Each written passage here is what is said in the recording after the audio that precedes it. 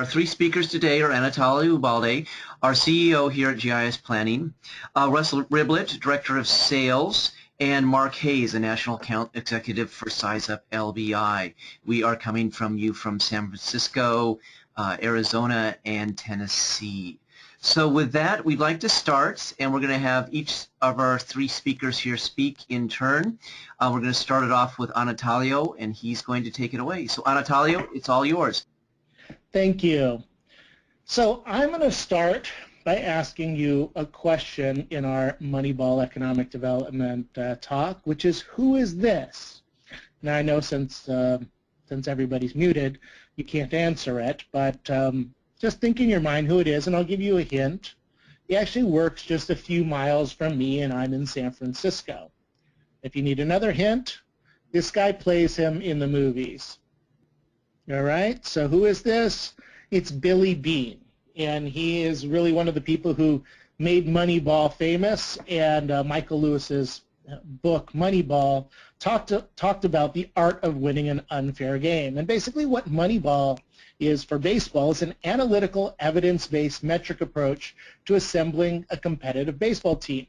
Because, of course, Oakland didn't have the type of money that the other teams it was competing against had. So here's some of the key Moneyball concepts. First, the Oakland A's said, well, the traditional wisdom of baseball insiders that they used in the last century, I guess now really 2 centuries ago, is subjective and often flawed. And what they used was they used stolen bases, RBIs, and batting average. That was the way that they were kind of evaluating who the good players were. But the A's decided they were going to use indicators which was on base and slugging percentage. And that was going to be their way to compete with the larger teams. And it was pretty clear that their $41 million budget, they weren't going to be able to beat teams like the Yankees with a $125 million budget unless they thought creatively. And this is a problem for a lot of economic development organizations, is that most don't have the budgets that the large EDOs have. One of the ways that they approached this was really to think as from an outsider's view. They couldn't use what were the common practices or the best practices of the time. They were going to do it through analysis. And today, pretty much all of the major athletic teams use some form of Moneyball analysis. So when the A's did this, it was actually small data. They used addition, subtraction, multiplication, and division. It's not really that complicated. But that was yesterday's advantage. Really, today's new normal is big data. It's not just simple math, it's big data is the competitive advantage. So what does today's Moneyball look like? I'm going to show you a video very quickly, and then I'll send everybody a link so you can watch this online. What's happened is in the last decade or so, we've just been able to collect lots and lots of data in places we've never been able to collect before. Now the question is, what do we do with all this data? Basketball is kind of a dance. There's always sort of moves and counter moves, pick and rolls and screens. The statistics we have right now aren't the best we can do as a function of the box score. This guy took a shot, that guy got a rebound. Now with this new optical tracking data, you get to see the game in a way that you can never see it before.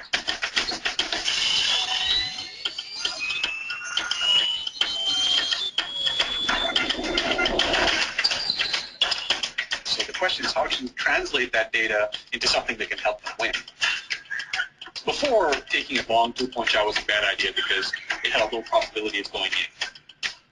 What we figured out was, not only is it bad for that reason, it's bad because that's the worst type of shot to try and get back.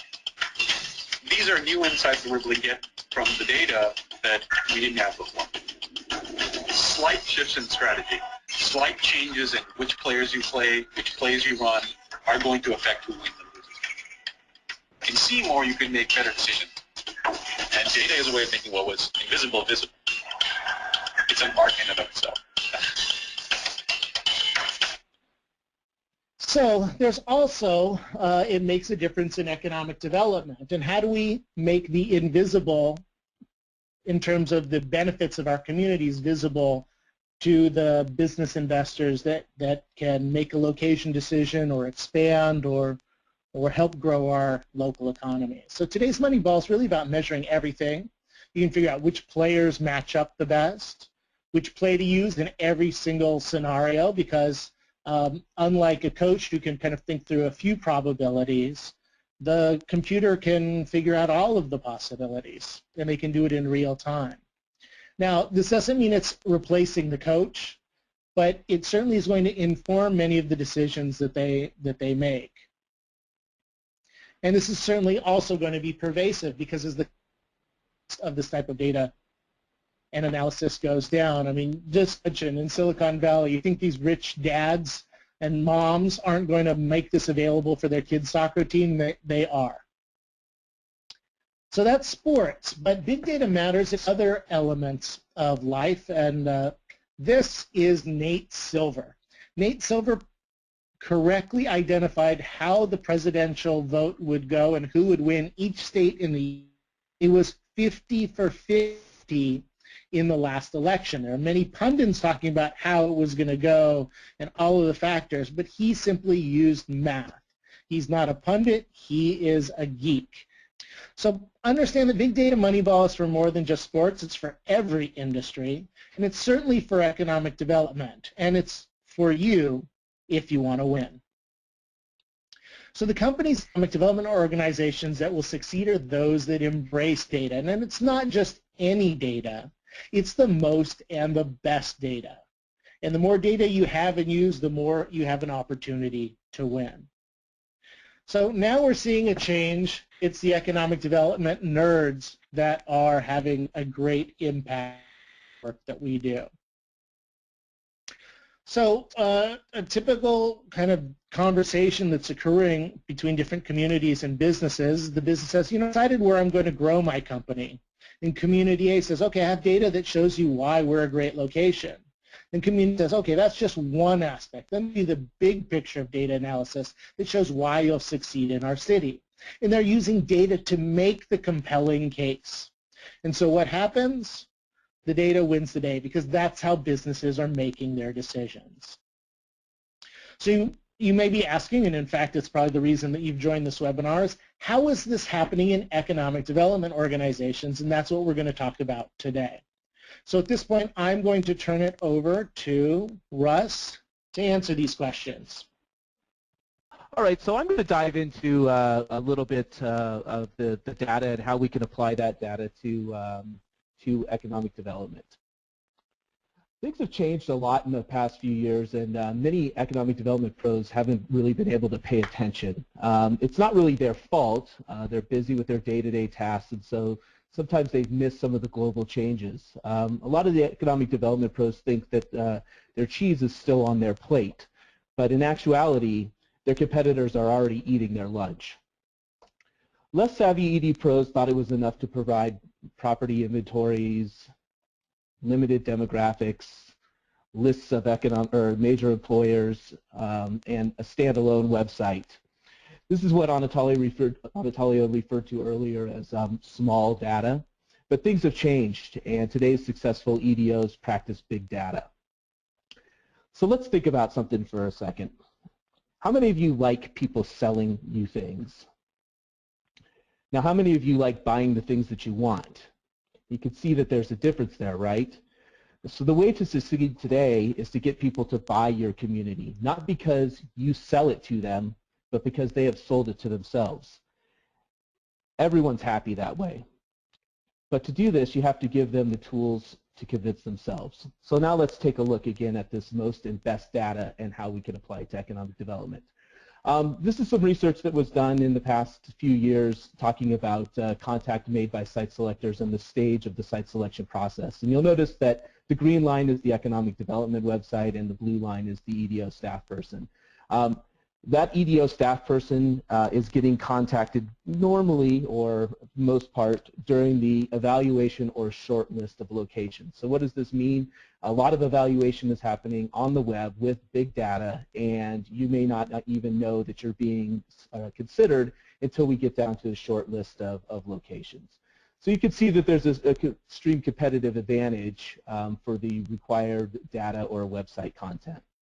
So let's go take a look at a little bit of this. This is a location selection tool in Central Florida. And so you can see that the website user has the ability to search for specific things like office, warehouse, distribution, just different types of space within the community. You'll notice that lists of properties come up and there's information about those properties. One of the big data components that's here is the property report and the information that's available about the property. So we have things like lease rate, sales price, zoning, parcel IDs, some contact information, all of this information about the specific property. But then we want to maybe get into some analytical or do some analysis around the property. So in this case, we're looking at a labor force report, and we're looking at a labor force report that's a 15-minute drive time around that property. We go ahead and kind of look at some of the data that comes in here. We're talking about employees by type, establishments by type. And one of the things that I like to look at when we look at these reports is maybe some of the divergent things that are happening, maybe with the establishment types. And so maybe let's look at nursing and residential care as just an example that we have here. You'll notice that there are 81 establishments in the nursing and residential care component, which is about 0.75%. But if you look at the number of employees that are working within that profession, we're looking at almost 4,000 employees in there, which represents over 3.5% of the workforce within this 15-minute drive time of the location that we're looking at. So the way that these reports are set up, you can analyze the number of businesses and also the number of folks that are working within those businesses. We move on to a demographic report. So now we can look at demographics, and some of the things you'll notice: age, race, sex, population, educational attainment, number of housing units, things like that. The one thing I want to call to your attention too is that we have a number of different ways to look at this data. Again, so we have the totals, we have the percentages, we have the chart views by the categories. But then we also have a fourth way of analyzing or looking at this data, and that would be in a heat mapping component. So we've taken the three pieces, or the three data types, and now you can analyze them here in this, and in a visual view in this heat map. So in this case, we're looking at educational attainment of high schoolers within the 15-minute drive time around this property. And you'll notice that there are at the sort of the north end and the south end of the area, there are higher concentrations of folks with those types of skill sets in there. And so this is another way of sort of synthesizing this complex or this big data and looking at it sort of in a fourth way. So we have numbers, we have charts, we have percentages, and then we have the visualization of the data. Now let's take a look at analyzing the existing business community that's around the location. So this is a 3-mile search around the location, and you'll notice that we have the businesses mapped, and they're broken up into some major categories here. You could drill down and do some analysis, but the modified report is sort of the kind of the secret sauce when it comes to looking at this. And so in this case, where you're doing a 30-mile radius around the property, and you'll notice we're looking for annual revenues of $5 million or more, and we're looking at architects and we're looking at engineers. So we're really now defining, maybe in some respects, just a cluster. This doesn't have to be architects and engineers, but it could be any business types that are there. And so we'll go ahead and we'll take a look at what that looks like. And you'll notice now that you can see the concentrations of the businesses up around the location that we've been doing our analysis on. And you'll notice there's a couple more outliers here, a few miles or a number of miles away. We can also get information about the businesses based upon their estimated annual sales or potentially the number of employees that they have. So we've looked at now a number of large data sets. We've looked at the property report. We've looked at a labor force report, demographics. You can also analyze consumer spending and wages. We have now all the business information that you can search. But now we want to look at some local information, local layers or local pieces of data that you might be able to incorporate. And so in this example, we're looking at incentive zones, whether they be enterprise zones or hub zones or CRA zones, and we want to see if our property is located within one of those. And so you'll notice we'll take a look at the legend to give you an idea. There's the different color schemes for the hub zone, CRA, and enterprise zone, and you notice this property is located within them. So again, another set of complex or big data that's now brought to your fingertips to be able to analyze and view if this is the correct location for my business based upon the criteria that I have as a business owner or locating a new facility. Another piece of the big data tool is the analytics. You can have your standard Google Analytics, but you also may want to be able to look at things like what types of searches are happening in my community. Are there deficiencies in the type of space based upon the things or the properties that people are looking at? Or you may want to analyze reports that are being generated. So all of this gets into sort of this big data component and being able to bring all these tools to your fingertips. Another part of the big data component is delivery. We've talked about delivering the data on the desktop, but there's also mobile. And you'll notice that 70% of business executives are using their mobile devices to learn about an offering. 57% of them are doing deeper research into vendors or products or services. And more than a third of them are referencing their data at the time, or this data on their mobile device at the time of the decision.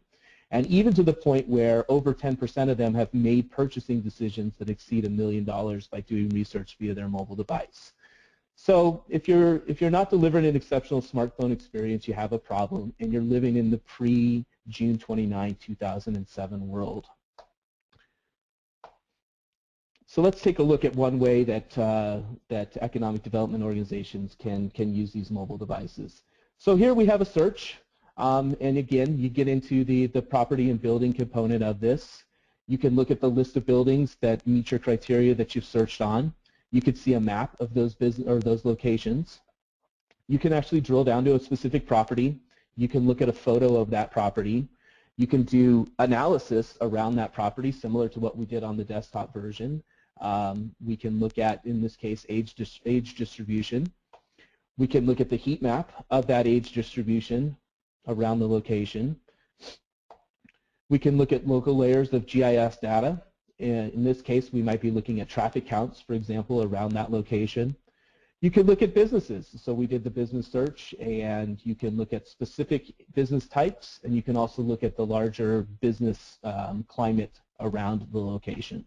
You can find out information about those businesses, whether it's the type of industry they're in, or their estimated employees, or their estimated sales. So can businesses considering investment in your community do all of that on their smartphone? The second, or third, I guess the third delivery component is what we call intelligence components. And so this is sort of a new and exciting way of delivering data across the web. We call it Web 3.0, and it's big data distribution across many pages on your website. And it takes the data from static or PDFs or maybe links to external data sources to interactive within your website. And it also is a one-to-many relationship on your website. So you can have multiple instances of an intelligence component on many pages within your website. So in this example, we're going to look at demographics, and we're going to look at demographics from Augusta, Georgia. And in this case, we'll look at household income distribution. And so you'll notice at just a easy click of the mouse, you can look at the charts, you can look at the aggregated and percentage numbers, and then you can also look at the heat map visualization of these as well too. And you can look at these heat maps at a number of different levels of geography as well too. In this case, we're looking at them at the zip code level, and you'll notice that this zip code level here has a higher concentration of the 75 to 100,000 household income distribution components. You can also look at this at the county level, and you can look at the census block group if you're looking at really granularized or low levels of geography. So let's take it a step further and look at labor force, and we'll look at employees by occupation. And in this case, we're looking at architects and engineers, and we want to see where the concentration of those architects and engineers are. And you'll notice that again, at the zip code level, you'll have high concentrations of architects and engineers located in this part of the community. A second one of our intelligence components is our industry mapping tool. And so similar to the industry mapping that you saw on the desktop, now we can embed these on specific pages within your website. So we'll take a look at an industry, and in this case we'll look at manufacturing, and it's specific manufacturing, electronics, furniture, machinery, metal, transportation. So we'll go ahead and we'll take a look at that. We'll map them. What do we see here? We have some results that show us within the county. There are 72 businesses total that meet that criteria. They have estimated annual revenues and the number of employees that are estimated within there. But then you can also view the clustering effect of these businesses. So it looks like, you know, kind of in the central part of the county, and then down here along the water, there is the clusters of these types of manufacturing businesses. But we can take it a step further, and we can do some real detailed business searching. So in this case, we're going to look at engineers, and we want to see where they're all located. And then we're looking at engineers that have revenue of over $1 million. And you notice just by filling that component in there, you can start to limit this or narrow the search. And so now, again, you'll see somewhat similar results where the engineers' offices are located, where those businesses, those manufacturing businesses were, and then also, again, down along the coast. There are a couple other search components that we can do. For example, if we wanted to use a keyword search like tech, we can go ahead and we can apply the filter, and this will return all the businesses that have tech within their name. So you can see that there are a number of different types of business categories in here, but these are businesses that have tech within their name. If we wanted to look at businesses on a specific street, so we use the street Caroline, for example, we'll go ahead and embed that, and you'll notice that here's all the businesses that are on Caroline. And so the one thing to think about or to realize in the use of these tools is that you can enter any of these predefined searches and parameters and embed these on any page within your website. So this gets into that one-to-many relationship that we're talking about, where you can have a tool that can produce multiple results on different pages within your website based upon the parameters that you are entering into the system. So with that, I'm going to turn it back over to Anatolio and let him continue on with the webinar. Another important thing to consider with big data is that there are a number of data companies and data platforms that impact your economic development, because businesses are using their data to analyze the companies, the industry environment in your community. So sources such as Yelp or Dun & Bradstreet or LinkedIn or Angie's List, they're using all of these types of data sources and research tools to analyze your community. I'll talk with you a little bit about one, which is Zoom Prospector. So there are some conversations that are going on. Certainly in your communities, there are people who want more job options. At City Hall, probably they want more tax revenue. People want better paying jobs, and businesses need more customers. But in general, what they're saying is, how do we find the businesses that can solve these problems? The other conversation that's going on is with businesses who want better employees and more revenue growth, better access to markets, and want to be near the right businesses. They're trying to find the communities that can solve their problems. So these two conversations are happening at the same time. But the problem is there's a big barrier in that they can't find each other, and they can't find the right businesses and the right communities that they need.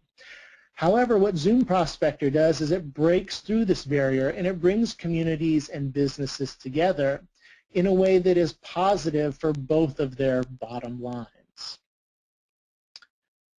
So I'm not going to go through Zoom Prospector too much. You can visit it yourself at zoomprospector.com. But basically what it does is it allows you to search the entire country based on a variety of different variables. So in this case, you can enter in a number of people, labor force, entrepreneurship, budget, commute time, and so on.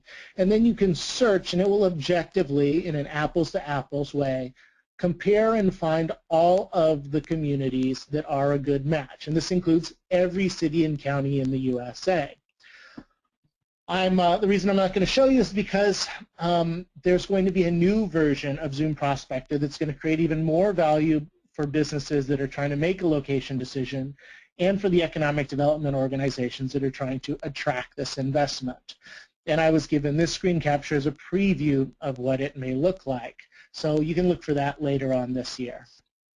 So thank you for that, guys. I am going to go ahead and talk to you a little bit about a different side of economic development, which is from the entrepreneur side. Who'd have thought we'd learn so much about economic development from a Brad Pitt movie? I can imagine that now some of you are thinking, can we learn from other Brad Pitt movies? Maybe we do a Fight Club or a Troy economic development here. Maybe next year's or next month's webinar will be, going to war in economic development. That might be entertaining as well. But for now, we'll keep talking about Moneyball and data. So one important thing about Moneyball economic development is to know where the money's coming from. So there's some of us that think we know where the money's coming from, but we're going to find out with data where it's actually coming from. We have to realize that entrepreneurs have to be a top priority. If you don't have an entrepreneurship program in your community, you should look into getting one, because that's where the majority of the money is coming from and staying in your community. So in a regular economy, we know that 50% of the GDP is from big business, 50% from small business. But in your local economy, it's becoming rather obvious that it's really swaying towards small businesses. That's what they're creating the most in your economy. And there's several studies that are going to prove this as well. So we're going to do a little bit of imagination studies here, and we're going to imagine that you have a crisp new $100 bill. So with this Ben Franklin, we're going to put it into your local independent small business, and then to a chain competitor. And from a civic economics study, we see that 68 of those $100 going into the local independent actually go right back into your community, whereas a chain competitor, only 43 of those dollars actually do.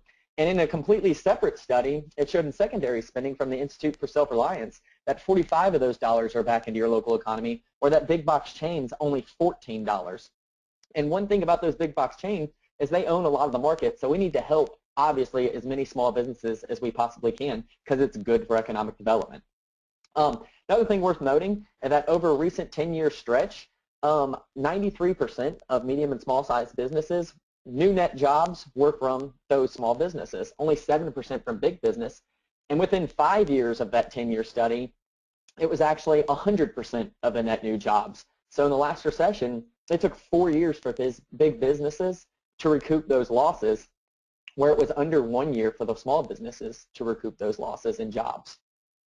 And then the smallest, 0, which this is showing you right here in a map that you can visually represent where those total net jobs were, and then more importantly the net new jobs. And you see in the last recession, obviously 09, everybody took a big hit, but small businesses almost completely bounced back in 2010, whereas the big businesses only made a small dent bouncing back. So this all brings me to knowing more about small businesses and how we can help them. We know that they know what they do best. So they are some of the best dry cleaners there are. They can, clean your teeth better than any other guy and keep them from falling out of your mouth. They can also fix our furniture, do woodworking better than any other guy. But when it comes to data, to knowing where do I locate, where do I run an advertising campaign, they need a lot of help. Well, big businesses have that help, and that helps by the name of money most of the time, because they can pay for people that only do this research and figure out where the best place to locate is, because there's no big business out there that doesn't take into account a lot of data before making even the smallest of decisions, whereas a small business owner might decide where their location is going to be because they saw a for rent sign on the building. Well, so you're seeing there's this big wall that's cash. That is the wall that we can't get over. But with a new product, Size Up LBI, it's actually bridging that gap and for free giving businesses access to data through their local economic development organizations or their local small business development centers. And you see some examples here of different clientele of ours that currently are using this technology. So you're seeing this is at one of the larger SBDCs in the country using it. This is on the city of Decatur's, their exclusively for retail website. And even a county library in Florida is using our technology, and just strictly for research. And if it's good enough for a library, it's good enough for me. So I want to show you here on Oklahoma City's tool what exactly it looks like that right now their entrepreneurs can get on and run some research and figure out where their best chance of success is. And it's super user-friendly and very easy to do. So in our benchmarking section here, you just simply have to know as a small business owner, what do I do and where do I do it at? If you can't figure out those two easy questions, then you probably shouldn't be in business. So once I know those things, it's going to benchmark me in several key categories and how much revenue I'm making each year. And it's going to compare that within the city, the county, the metro area, the state, and the nation. So I know in terms of revenue, am I above the rest? Am I below the rest? Is there room for me to grow? And if so, how do I grow? And how do I limit some expenses that might be keeping my bottom line down? We also have resource sections that are completely customizable. You can put whatever set of resources in here that are going to also help small businesses grow further. They can put in what year they started so they know the trending. Are there more businesses of my type opening every year? Are there more closing every year? And again, it's extremely local and industry-specific data. How much am I paying my employees? Is it a fair wage? Is it not a fair wage? How many employees am I hiring? And again, amongst the city, county, metro, state, and nation, I'm getting to benchmark myself. There's no way of doing this other than this tool. So at the end, you can see on one page here, I went through and benchmarked myself. It took 5 minutes. And I'm seeing here, with simple, easy-to-read graphs, am I over in the green where I'm good? Am I just average in the yellow? Or if I'm in the red, those are the areas I'm struggling and need to try to improve and spend my time in because my time is very limited. So the next section here is the advertising section. In this section, you can, we had to name it something. You can make decisions about where to advertise based off of where the most revenue is being generated by businesses within your area. But you can also make decisions like where to open a second location, where to open my first location when writing a business plan. So not only can you compare this with where the people are making the most money within my industry, within my area, but there's an underserved markets button where you can see, okay, compare where the people are doing the best with where the highest household consumer expenditure is. Click that button and it's going to do that calculation for you. It's easy when everyone else does the math for you. So with one click of the button, it's going to compare those two things and identify potential untapped markets. Now, if that's too many dots for you and you want to drop even more filters on top of that, there's a button for that. So just simply click on more filters and you can stretch out the distance you want to run this analysis around, or drop demographic features on top of it to narrow it down further and further to, well, maybe you have one location that is the best chance at succeeding with a limited budget and advertising campaign. Next, we'll jump into the competition section of the tool. And by default, this section is first going to show you where everybody else is who does exactly what you do. So let's find out where our enemies are here. Who are we competing for a limited amount of budget with? But what's even better is you can click on this Sell to Other Businesses button and identify potential customers. So just simply type in the industry that you supply here, which I said maybe I supply hotels and motels here if I were a dry cleaner or something. Simply click that. It's going to give you their name, their street address. And if you click on suppliers, it's going to do the very same thing, industry specific. So maybe I was a roofer and I wanted to know where hardware stores were because they're the ones who are going to supply me, and I want to be able to compare one quote from the other. Just simply click that. And for both competition, customers, and suppliers, if you click on one of these flags here, it's going to give you a phone number and a website as well. So I, as a small business owner, could get on this website with 3 clicks, have an entire list of every potential business customer and supplier I have within your area. So I've taken in the benchmarking. I've taken in best places to possibly advertise or locate based off of revenue and untapped markets. Competition, where are the people I'm competing with dollars? Now we can look in the demographic section and compare all this information. So the first thing it's going to do is give you that demographic information around a place. That's what most demographic tools do. That's great, but for a city like Oklahoma City, it's hard to dissect 600,000 people on my own and realize exactly where my target market is. So we have these eyeballs alongside of every single part of this tool that will click and show you a heat map of exactly the demographics you are looking for. So this is showing me where the 30 to 39-year-olds specifically are located within Oklahoma City. So obviously that's extremely valuable for me because I want to fish where the fish are. Next, you can search within a specific boundary. So just simply draw a polygon and just search whatever you want to here. Maybe I just want to know, what are the demographics or the consumer expenditure or the labor force along I-40 here. Just simply draw your own polygon, and it's going to only give you the demographics along I-40 in that specific area, which might jump city boundaries or county boundaries, but that's okay. Our tool is not bound by geographic boundaries. And then lastly, you can search around an address. So I can type in a specific address, and maybe I'm, wanting to know what the exact labor force is around a specific address that can get to this location in 15 minutes or less. Just tell the tool to do that, and it's going to tell you exactly what you're looking for. And again, you can click on any one of these heat map buttons and it's going to show you specifically what the labor force is made up of and where it's made up of within that 15-minute drive time I was looking for. And you can take that drive time all the way out to minutes and 60 minutes or miles for 60 miles. So you can stretch that as little as 1 mile and as out as far as 60 miles, which is more information than I could ever want to know. So that in a nutshell is how you can help every single small business or medium-sized or large business in your town without them having to go out and hire a research team and spend all kinds of crazy money trying to get a tool that's even half as good as this. You could supply it for them right there on your website. So I believe that is the end of what we'll be talking about today.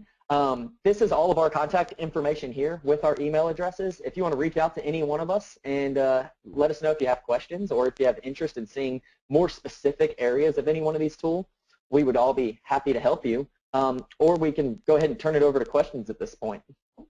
Yeah, so there are a number of questions, and so what I'll do is I'll kind of direct them to each of us. So one of the first questions, though, is this presentation available for download? And yes, it will be available for download. We'll send an email with a link to where you can access it. The next question is for you, Russ. What is the difference of the quality and quantity of data you showed for Central Florida compared to typical economic development website information? Is that available for every economic development organization location? Well, the quantity and the quality of the data that I showed is above and beyond what typically is available for an economic development organization that doesn't have access to the tools. When we look at the number of variables and the way that you can dissect and look at that data, there are huge discrepancies or differences in data that's out there. And so I think the big part to this, or the important part to this discussion, is being able to provide the biggest and the best and what I would say complex data and synthesize it in a way that's easy for not only you and your staff but the website user to use. Terrific. I'm going to take the next question, which is, these were very interactive websites. What is the benefit of being able to change the reports? I think the answer to that is that all businesses are unique. They have different needs, and giving them the tools and the ability to customize the reports and data to their specific situation is essential. So the type of information and data that a large auto manufacturer needs is going to be very different than the types of data and analysis that a technology company might need, or perhaps the data of a biotech firm would be different than what a software firm was. So even within specific categories, everybody's different. And to Russ's point, by providing them the information so that they can convince themselves of why they should invest in your community, that's really what's going to make the difference. The next question should go to Mark. Question is, we are more focused on entrepreneurs and small business because business attraction has been challenging for us. How can Size Up LBI be given to all of the entrepreneurs in our city? So it just starts with an organization willing to make that investment. So whether it's the local EDO or it's the Small Business Development Center or the Chamber of Commerce or the city or the county, they simply have to get in contact with us. We'll go over, the specifics of how to get a tool built for you and what it might cost, and we'll build that tool specific for your area. And for your area, meaning if you're a multi-county area, we can build a tool for that. If you're a multi-city, if you're just one city, we will build a tool specific for your area that will encompass every small business within it, at which point it will be embedded onto your website. And just a couple weeks from our first conversation to it being up and ready going on your website, we'll have it there ready for you in any small business whenever they want to. All they have to do is visit your website. Thanks, Mark. The next question is also for you. The question is, can people considering opening a business use Size Up LBI? Absolutely. Even as small as just you haven't even written your business plan yet, you're going to want to know what to base, maybe potential areas that you're looking to rent or buy off of, numbers that are attainable. So the benchmarking section alone is going to help you more than anything. And then knowing where to locate is also hugely important. You know, location, location, location. I'd say the top reason for any small business going out of business is because they chose the wrong location. So within your city, you'll be able to get to that location and figure things out. So yeah, I mean, no matter if you've been in business for 50 years or you are thinking about starting next year, the tool is equally as valuable for different reasons. Terrific. Thanks so much. So we weren't able to get to all of the questions during the live webinar, but we are going to make sure that one of us will get to each of you and we answer every question that came in. As we promised that we would keep this webinar to 40 minutes, and we have. So I'd like to thank everybody for attending.